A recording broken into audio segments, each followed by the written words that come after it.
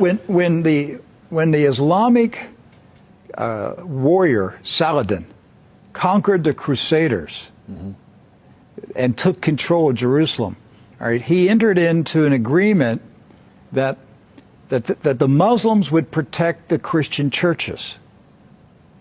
And so he appointed 2 Muslim families. Both of these families have been in Jerusalem for, close to 1,000 years.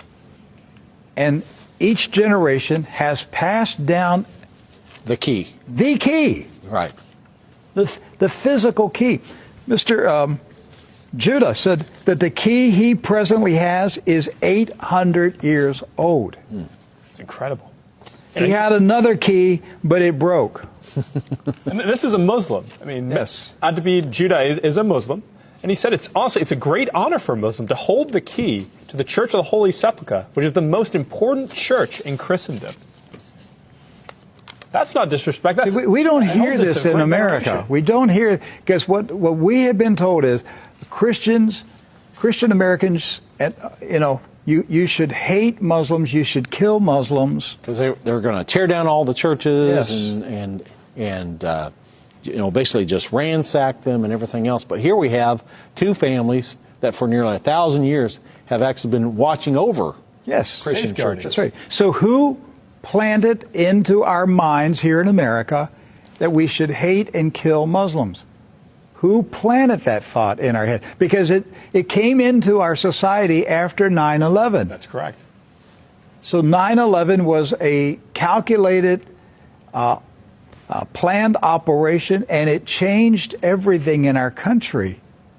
And so we were saturated with media propaganda, which who owns the media in this country? So we're saturated with this media propaganda.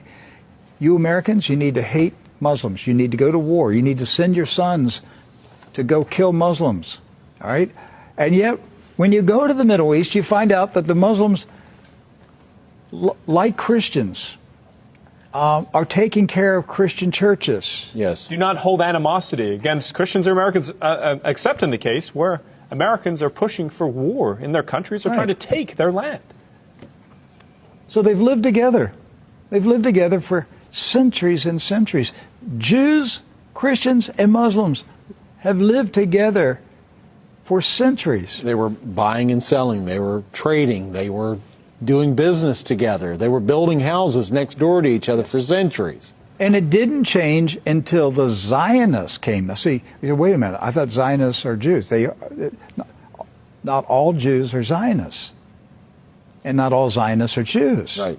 Zionism is a political movement. Yes. Right. It's an ideology. Yes. Not an ethnicity. And so when the Zionists came to Jerusalem and Palestine, basically in the 1920s and 30s and 40s, all right, they came to agitate. They came to infiltrate. They came to seize control. And so they formed paramilitary groups, like Irgun. And that's where Ariel Sharon and Menachem Begin, these guys were young terrorists. And so there's where the hatred started to come in. The fighting, the animosity, the bitterness.